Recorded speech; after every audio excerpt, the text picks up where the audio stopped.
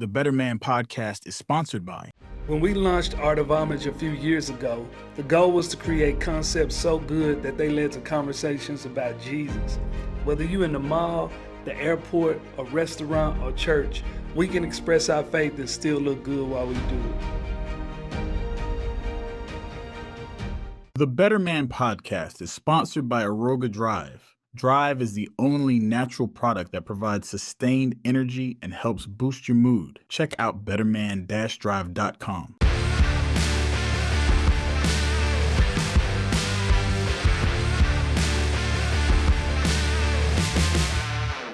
Hey, BetterMan fam, this is our greatest hits.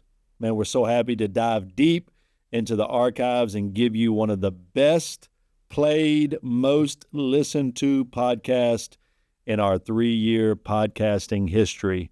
Enjoy this podcast today, and towards the end of December, we'll be back live in the BetterMan studio. Talk to you then. You're listening to the BetterMan Podcast, becoming life-giving men together. What's up, everybody? Welcome to the BetterMan Podcast. My name's Adam Tarnow. Today on the podcast, we got my buddy Darin Kinder. Darin and I know each other. We've known each other a few years. Our boys play some baseball together. He's here in the Dallas-Fort Worth area, so it was great. I got to have him in studio, which we don't always get to do with our guests, to have him in studio, so it was really fun to have him here with me.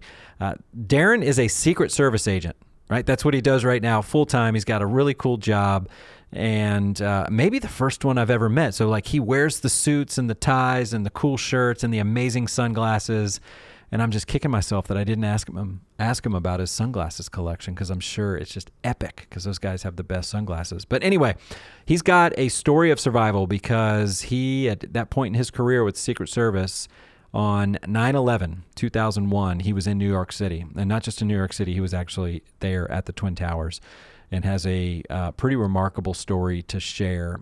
Now that he's looking back on it, depending on when you're listening to this, we're either nearing or we've just passed the 22-year anniversary from 9/11, and he has so many teachable moments and lessons that he's learned, and some great metaphors from things that he experienced that day that are applicable to us as followers of Jesus and guys trying to be God's man in this world. So it's a treat. You're going to love it. You're going to, again, wish that this story was 2 hours long, or this episode was 2 hours long. So sit back, relax, and enjoy getting to know my buddy Darin Kinder. Well, Darin, welcome to the BetterMan Podcast. I'm really looking forward to today's conversation. You are in studio with me because we're both here in the Dallas area. That's right, Adam. Thanks. So we'll let our audience know. You and I know each other. We've been friends for a couple years now because our boys play baseball together.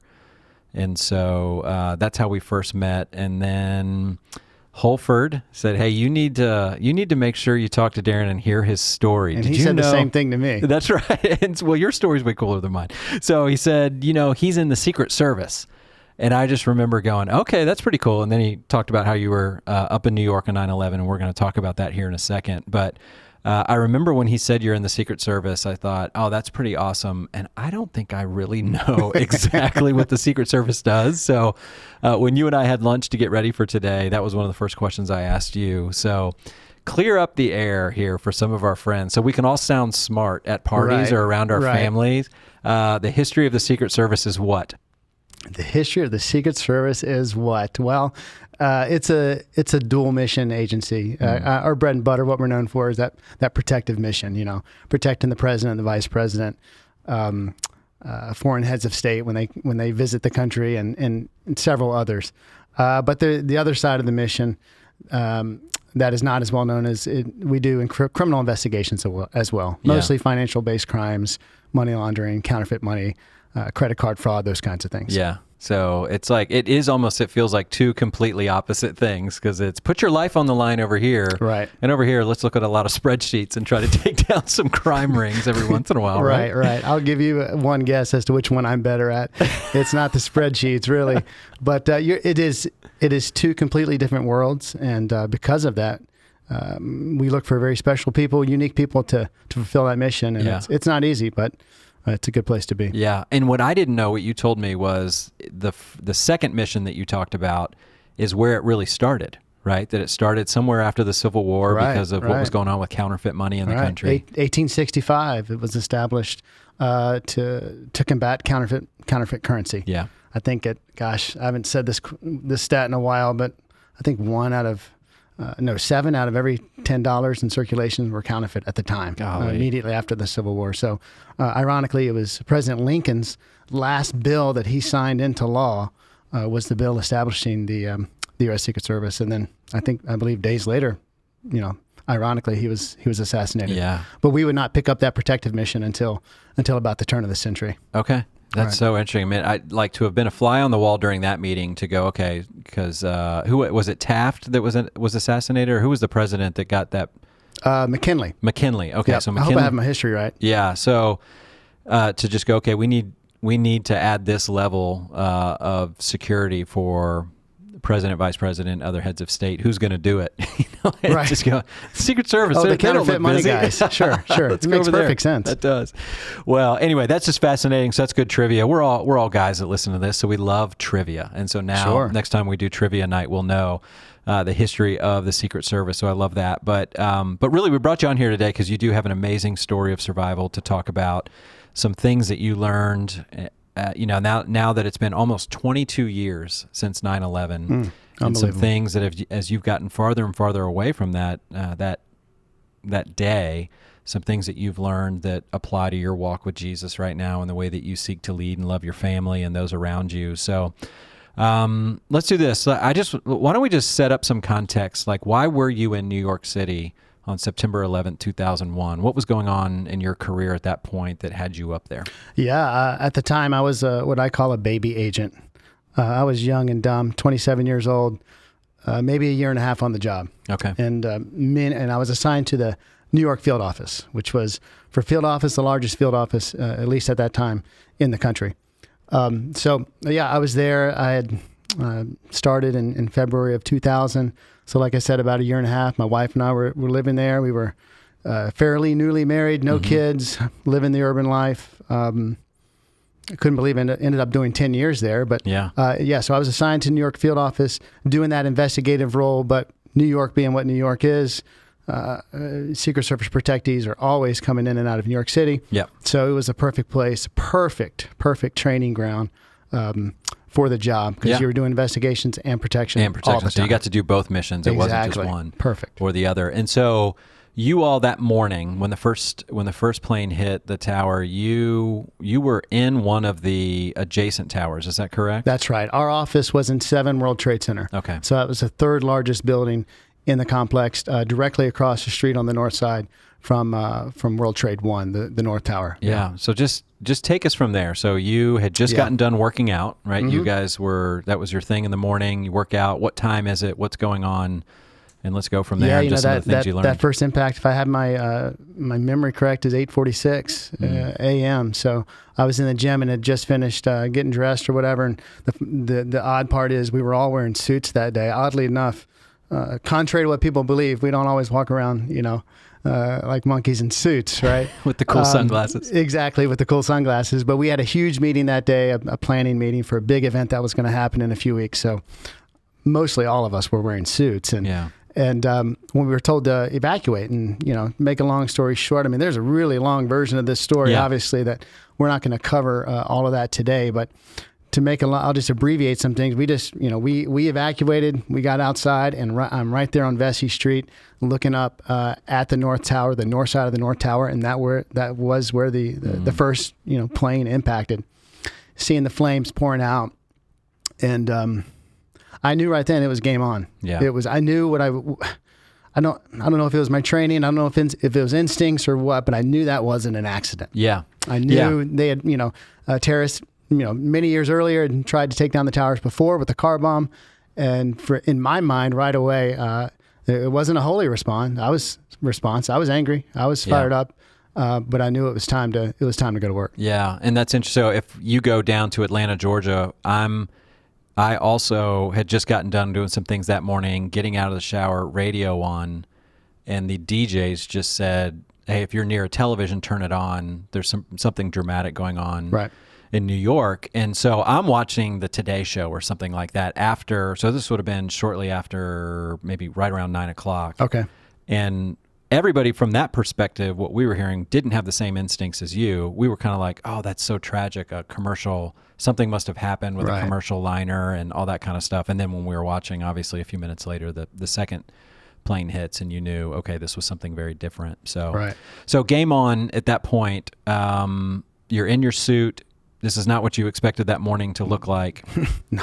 No ordinary day. That's for sure. And so what do you remember? What happened next after you looked up and saw that? So a bunch of us, a bunch of my colleagues, we were all out on the street. We just decided to do the next thing. You know, it's part of my story, my testimony for this day is, in my opinion, in the Christian walk is sometimes you just got to do the next thing. What's the next thing in front of you? You may not know how it's all going to turn out. You may not know, as in my case, all the facts of the situation. Yeah.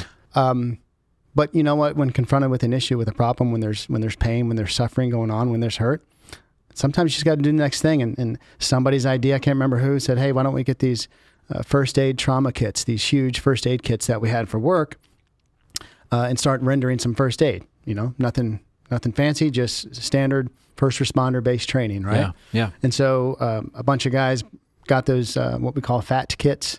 We got those. We saw where there were ambulances and so forth marshaling on the West Side Highway. We all just ran those over there, and we just started. We went to work. We started working first aid, standard stuff on people. I remember for me, I was focused on this woman's arm. Her arm was badly burned. I was wrapping it. There was a paramedic over my shoulder. He was yelling at me, telling me what I was doing wrong. You know, no, you need to do this. And at that moment, bam, you know, the world exploded again. And that was the second impact. And the people that you were rendering aid to, were those people that had come out of the tower? Because that probably wouldn't happen up there on the whatever floor it hit on. My impression there was that those were people on the street, pedestrians on the street that had been wounded, injured in some way. Yeah, yes. That's right. Okay. I mean, there was falling debris, burning debris, you know, jet fuel falling from the sky on fire, all kinds of things. Just harrowing. Yeah. So, okay. So now, second plane hits. Talk me through that. Where do you remember? I'm danger close. I mean, I'm less than 100 yards probably from the base of that tower. Yeah. And if you remember, the second plane came in a lot lower. Yeah. That's why it was the first to collapse later. And but I was so focused on this woman's arm that I never saw the plane. I never even heard the plane. You think about it, a 737, low altitude, screaming in. But I was so focused on what I was doing, and then this massive explosion, and we all just scattered. I mean, I looked up and just, you know, we've all seen that image because that was a second impact. Everyone was tuned in. Yeah. Everyone was tuned in. And man, we just all scattered like ants. And at that point, I was with two other agents, and one of them, my friend Tom, said, you know, we need to go in the World Trade Center and help people get out. And so, not having a better idea, that was the next thing. That was the next thing. What are you going to do? Yeah. And it's, I hate to use the word funny, but it's just odd to me that the rest of my day, I did not know that two 737s had slammed into these buildings. I thought they were bombs. I heard someone say a plane. I never put it all together. So ignorance is bliss, I guess. Yeah. Had I known the full situation, you know what? Maybe I would not have done everything that I ended up doing. But for that moment right there, the three of us, we ran across the street and we entered into the lobby of the World Trade Center. Okay, in the second tower or into the first one? Do you remember? Right in the kind of in the middle, the adjoining lobby in the middle. But we ended up drifting to the left, and we end up in the lobby level of Tower 1, the North Tower. Yeah. So, and I love that parallel that you're making there, again, of one of those things that you've learned as you look back on it now, of just like, hey, I'm going to just do the next thing. Right. And that a lot of times we don't need the full context to just go do the next thing. When you see somebody hurting, you see something going on, you know, literal or metaphorical, somebody hurting emotionally or somebody hurting physically, you just go towards that action. You just go and do that. And you don't need all the details all the time to do it. Enter in. You may not know. You may be fully equipped to handle that situation, whether it's physical, emotional, whatever it may be, spiritual. Yep. you may already be fully equipped by the Lord to handle and to help address at least that situation. Yeah. And so you're God's man in that situation. And we just said, all right, let's go. And Here we let's go. do this. So now you're in the lobby, and are you all finding your way over to stairwells to start we getting found up? a stairwell. There was one stairwell that we found where there was a steady stream of people quite calmly actually evacuating. Okay. And we just started running up that stairwell, really not with a plan, just to help people. We encountered a woman about on the 10th floor or so. She was grossly overweight. I mean, she was spent. You know, she just could not evacuate herself anymore. And that was one of the images that's still striking to me today, is that a steady stream of normal, everyday people just walking right by her. She is slumped in the corner, and they're walking by her, and it just hit me. I believe the Holy Spirit just stopped me in my tracks and said, "This is it," right? So I sent the other two that I was with. I said, "You guys keep going, look for others. I'm gonna help this woman get down." And I picked her up, and I quickly realized I couldn't do it myself, and I grabbed another random passerby, literally by the collar, and said, "Hey, help me."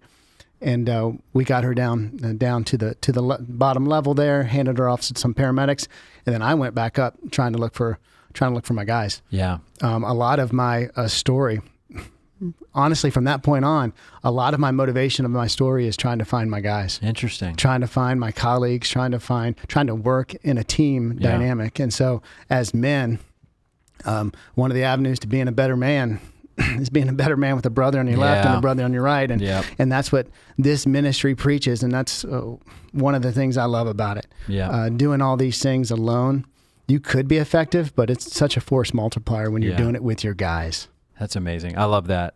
So did you make it past the 10th floor the second time? I got up to about the 30th. You know, it's all kind of hazy, right? Yeah. I got up to about the 30th when I saw a door open, and I went in that door, and it was an image I'll never forget. It was just the hallway was lined with New York City firefighters, and they were beaten and bloodied and burned, and like you could tell they had been in the fight, right? Yeah. And they were re-equipping or resting, and I asked them if they had seen two Secret Service agents running around, and they, to my surprise, they said they did, but they didn't know which way they went. And so at that point, I decided to go back down. I had no comms. I had no way of communicating. I decided to go back down and look for them or others at the lobby level. But I can't skip over this one part. You know, the last thing I heard as I was entering that stairwell is I heard their fire commander say, "All right, boys, get up. We're going back up." It kind of haunts me to this day that I don't know what happened to those to that group of firefighters, but I'm pretty sure they're part of the 343 New York City firefighters that died that day. Which is a staggering number, because I've heard you tell a little bit of your story, and when you said that number the first time I heard it, it was kind of record scratch, because it was like, hold on, what? How many? You know, because again, where we were and where I was, this was like almost, you know, I hate to say it, like watching a movie or something. Right. And in some ways, because it was happening on our television, and that's where we were watching it. And then to think, now that I've got friends in fire and rescue right now, it's like, oh my gosh, 300 and some odd. Right. That's bigger than most cities, what most cities have. I mean, and all those are men and women that answered the bell. Yep. That ran to the guns, metaphorically. It's over 400. I believe it's 421. Forgive me if I'm wrong. But about 421 first responders overall. I just whatever I do moving forward as it relates to any of this in my ministry, I always want to honor those men and women. For sure. Yeah. And they deserve it. So, okay. So those first 30 floors, you didn't see anything else like the woman that needed the help. And so you helped somebody. Now you're back down on the floor, on the ground, still looking for your friends in some ways. Still looking for my guys. Yeah.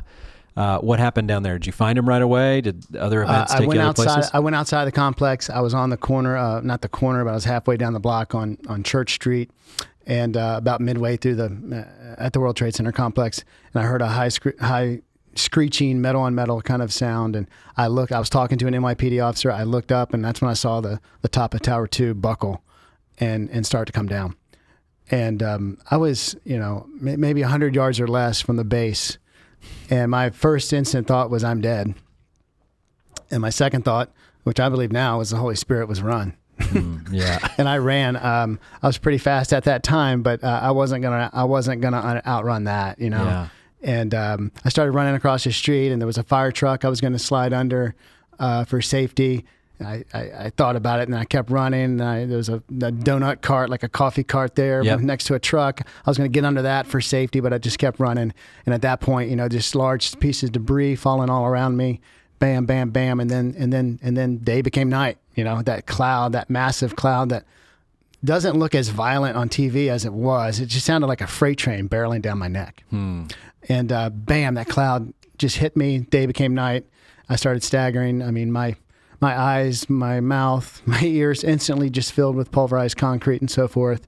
And really, really difficult. But I had to keep running because there were still, at that time, this is all seconds, Adam, right? Yeah. I'm surprised you remember that much, of like what was going on. I thought about this, thought about that, because this was all happening so fast. Yeah, this is all seconds. And at that time, I'm still running because the stuff is still falling. Within a few more seconds, I'm out of that, area where there's large chunks of debris. It sounded like cars falling out of the sky, essentially.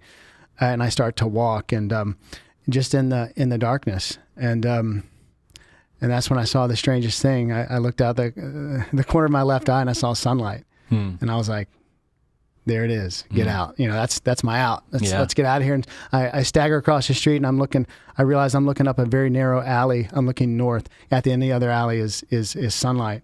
And although that storm cloud was violent, once it settled on you, it was like a blanket that suffocated all noise.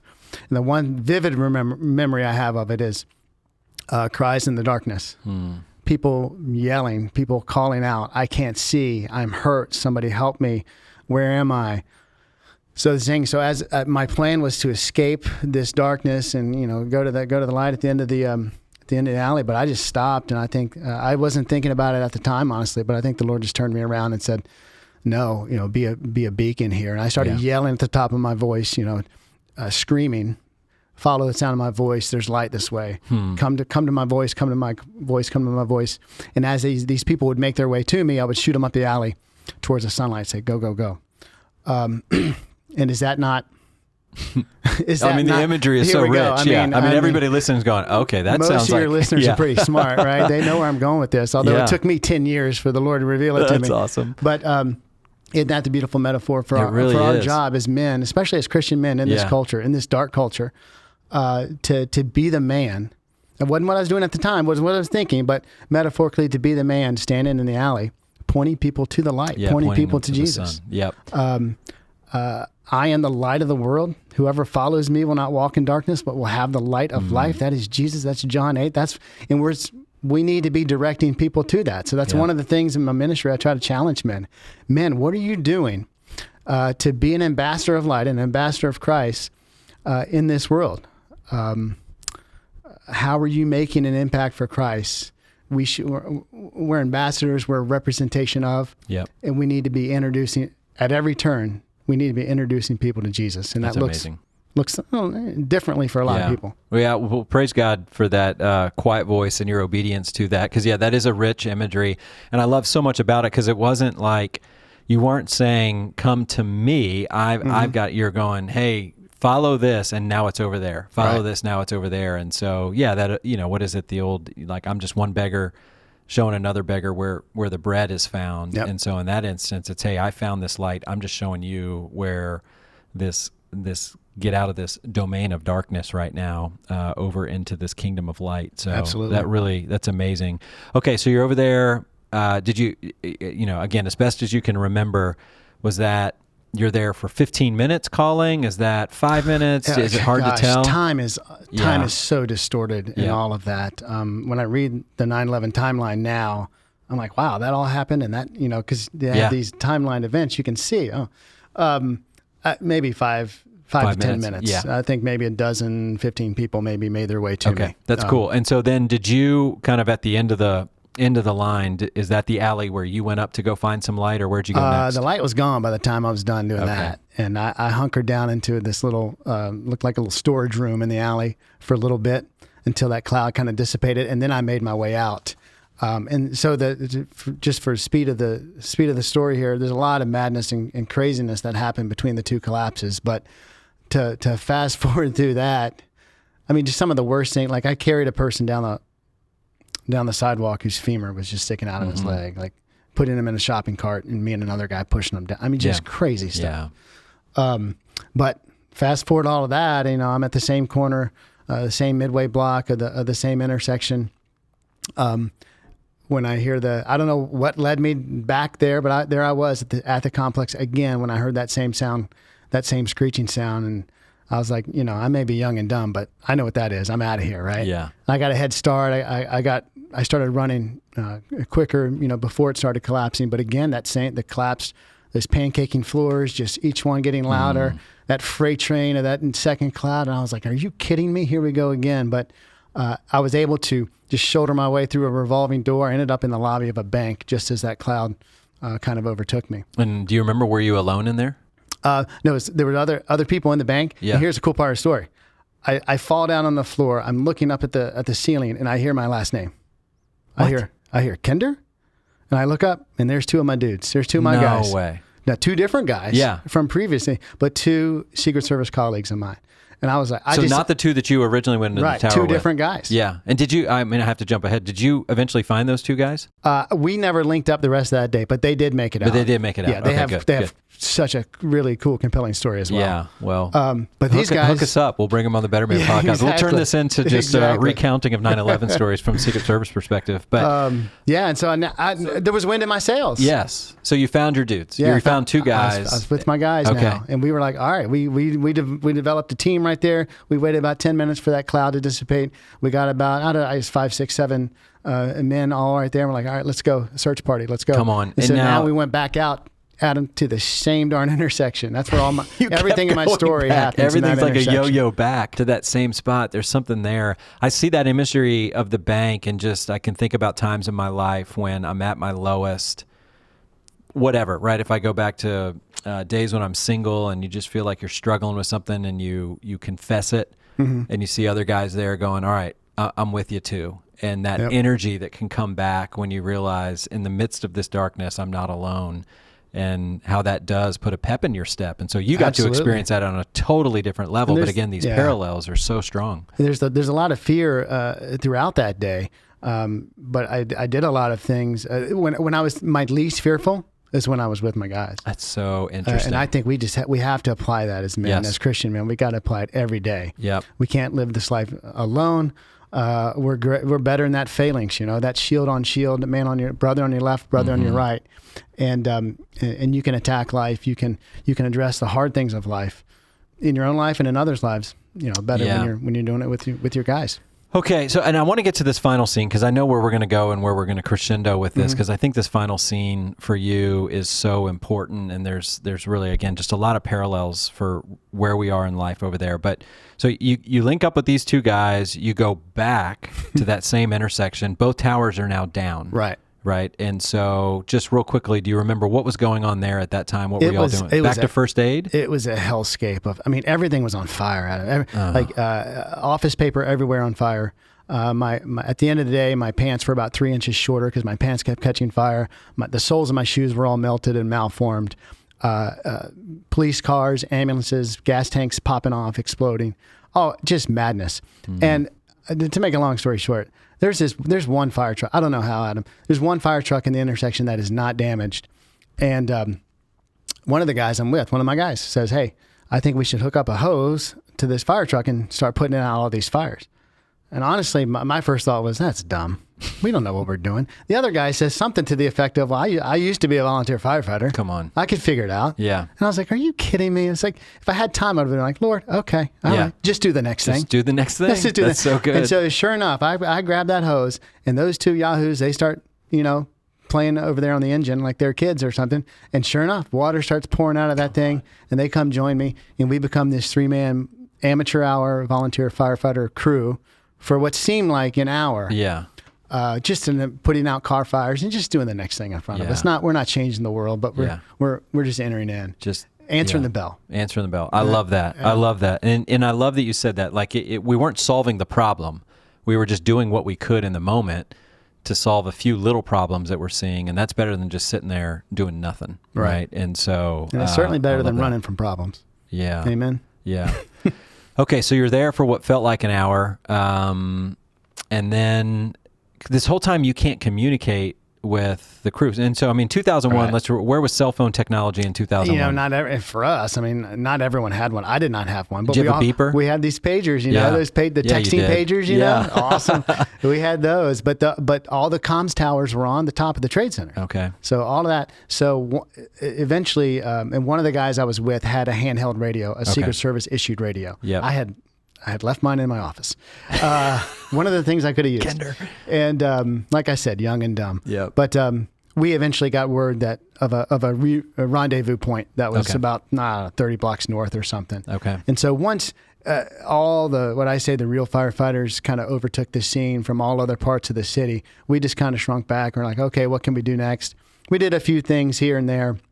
And then we decided to go up, get and pile and now into one of the your cars. boss or leaders are calling you guys because you're going to have a new role in this mission now. So it's, hey, we're going to rendezvous. We're not giving up. We're going to go get redeployed over here. Yeah, get fixed up. So where were you guys meeting? Do you remember? So we were at a huge area at Chelsea Piers. I don't know how familiar you are with New York City. Yeah. It's right on the Hudson River, where we all met, and we got a change of clothes somewhat. I got water flushed out of everything. I got some oxygen. No, just cuts, bruises, and scrapes. So, but we looked. I mean, we were beat up pretty bad. Talk me through that room. So you walk into this room, first time you're indoors. So you guys took how did you get up there? Did y'all walk? One of the guys' cars was nearby on the street. Okay. So that was a fourth guy actually that I skipped. We ran into a fourth guy. Okay. So we all get up there, and this is the kind of a larger point I'd like to make from this. We get some initial first aid, and we come in there, and I'm in a huge room. I don't even know what it was really, but a huge room. And I see other brothers and sisters that look like me. I mean, we were beaten and torn, and our clothes were in tatters. And like I said, believe it or not, I had hair at the time, and it was full of soot and everything. And we just looked like hell, and we're all wearing these suits, and we're just in tatters. And but then, however, I look across the room, and on the other side of the room was another group of colleagues. And I don't say this out of meanness, out of spite, out of whatever, but I saw another group of colleagues, and they were in clean suits. They had perfect hair and shiny shoes. Yeah. And they're looking across at us, and I can see the expression on their faces like, where have you been? Yeah. And of course, me and all the people I'm with, we're asking the same question. Yeah. Where were you? Yeah. Where have you been? Yeah. So I say that because not to offend, but that's right. But as I'd like to make a bigger spiritual point out of it, which is as men of God, followers of Christ, I just decided then and there that I'm going to spend the rest of my life getting my suit dirty. I like that. Wouldn't it be a shame, Adam, to punch out of this world? You don't know when that's coming. If this story isn't evident of that, right? Yep. To punch out of this world in a clean suit. Say, you know what? That guy's a decent guy. He was maybe even a nice guy. Yeah. But he really didn't do much to advance the kingdom of God. So now my mission, my big takeaway from that experience that's led to my ministry is I want to inspire and equip men to spend the rest of their lives getting their suit dirty. Yeah. And finding that purpose in their life, that valiant purpose. That's good. That they can spend the rest of their days bringing other people along, maybe even other guys along, right? Getting a group of guys and living out that purpose that God has put on their heart. And this is like, I hear you say that, and from a guy that literally in my bio, when I'm introduced, if I go speak somewhere, it says Adam enjoys baseball and golf, and other than that, generally prefers to be indoors. Right. So that's me. That's you. Okay. That's me. Recovering CPA. I'm still inspired by that. So I have, there's nothing where I'm like, dirty. Like, what do you mean by dirty? Like, do we really have to be dirty? But I hear what you're saying. And I just want to say that because it's like, you're not telling everybody to go join the Secret Service, join the Army, go become a volunteer firefighter, go put yourself and insert yourself in some crazy scenario. Yeah, crazy. No. Go find crazy and then just go, right. Aren't you happy I'm here? Because you obviously have, I mean, I don't want to say obviously, but that was a very unique day, but not every day you've had since then has been that, right? Yeah, praise God. Yes.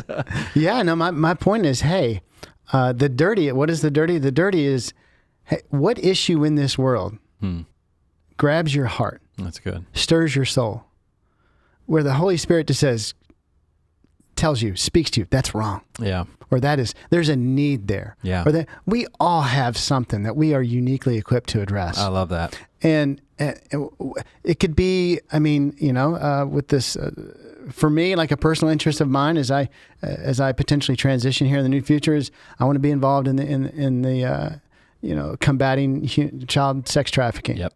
And I know that's a very hot item right now because of the Sound of Freedom and everything. Yep. It could be abortion. It could be homelessness. It could be education. A deficit of role models in a community. Yep. Find it. I don't want people to quote get their suits dirty on stuff they're not inspired by. Oh, that's good. Just out of this I should do this because it's a good thing. Yep. No. What does the Lord put on your heart? Yep. Because I guarantee you, if He's put it on your heart, if He's put a valiant purpose on your heart, He has already. The Scriptures say this. He has already equipped you to do the good works. I like that. And now you got to walk in them. Yeah. Right? Like Ephesians 2:10 is very clear. For we are His workmanship, created in Christ Jesus, what? For good works, which we can walk in them. So it's just a matter of finding that purpose and using those gifts. Yeah. And I think about, like, if we're just going to skate around the room for a little bit, like for some guys, getting your suit dirty is going home and having a face-to-face conversation with your wife and just saying, hey, how are we doing?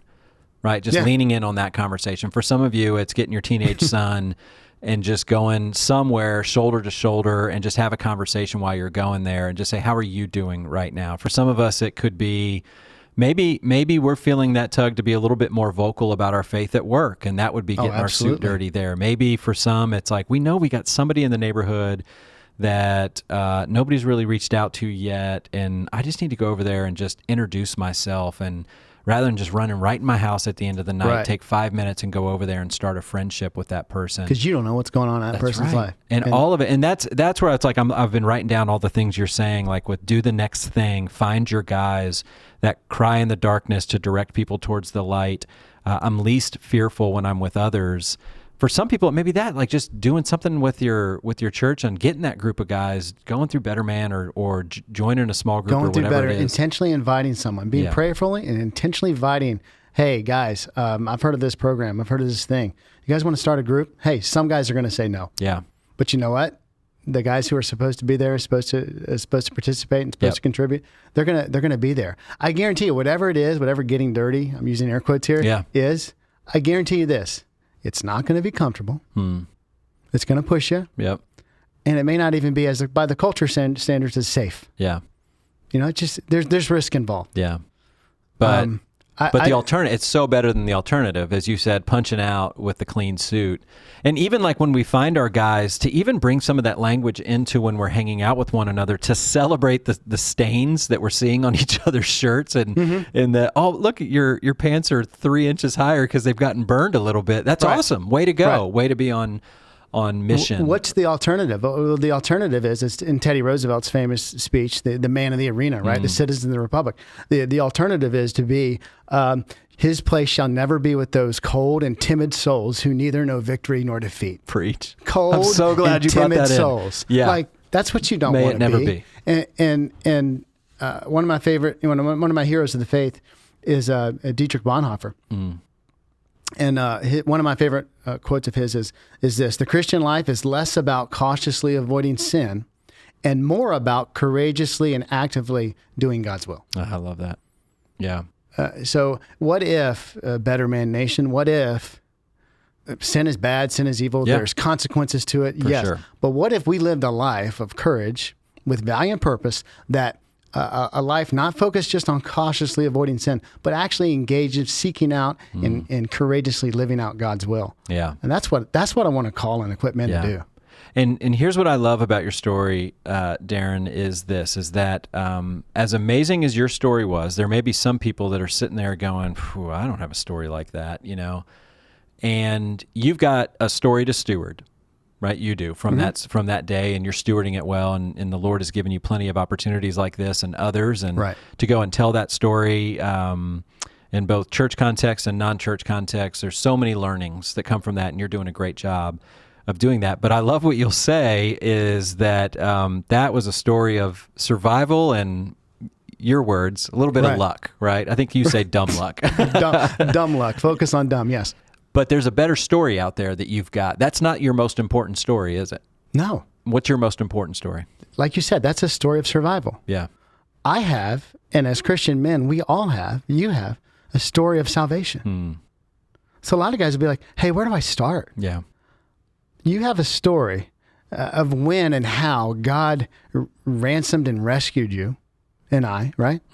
From the power of darkness into the kingdom of light. That's right. Yeah. And that story is far more important. Yeah. And trust me, listeners out there, trust me, far more powerful Yep. than a survival story about a crazy day in our nation's history. That's right. It really is. It can have such a greater impact, that story of salvation. We, as Christian men, we all have one. Yep.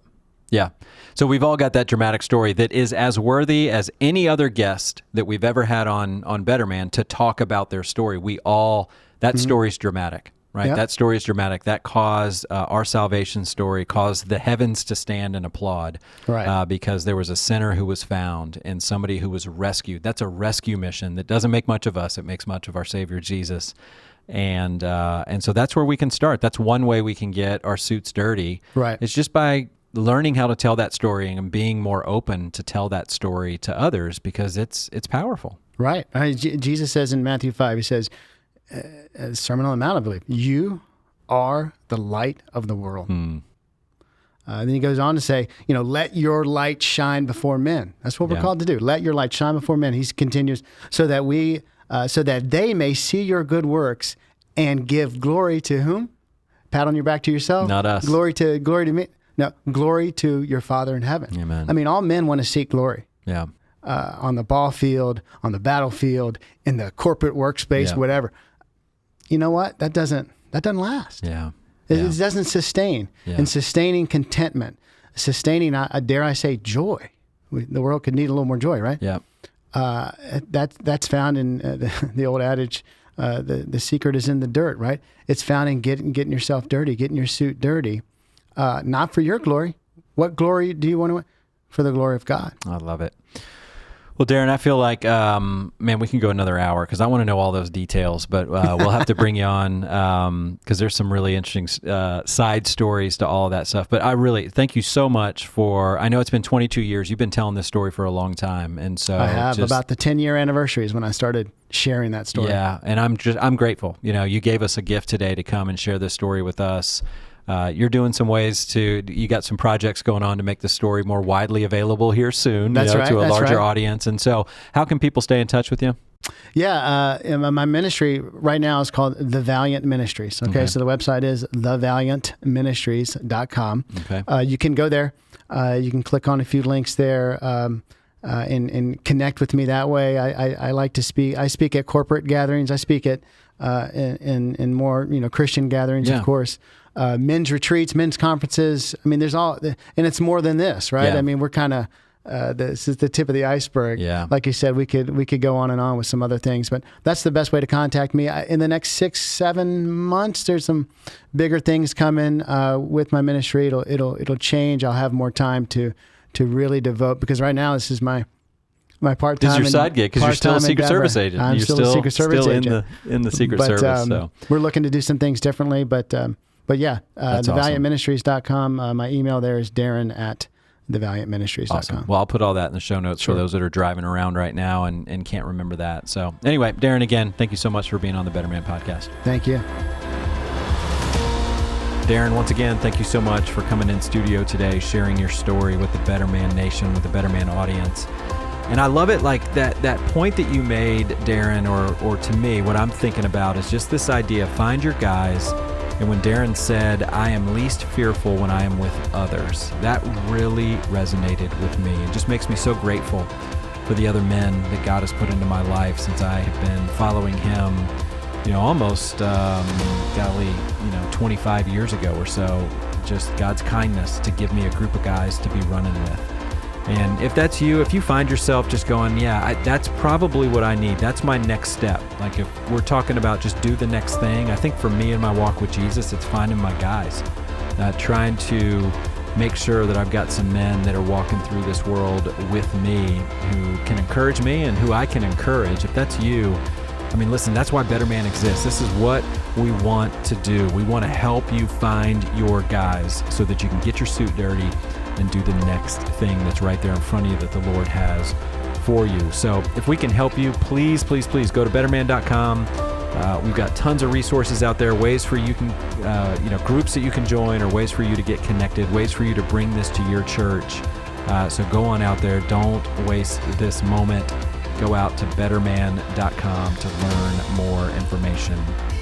This episode, like every episode, was mixed and edited by the amazing team over there at Sound of a Rose. You can learn more about them at soundofarose.com. That's all we got for today on the Better Man Podcast. We'll talk to you again next week. Help us improve the Better Man Podcast. Fill out the survey in the description below.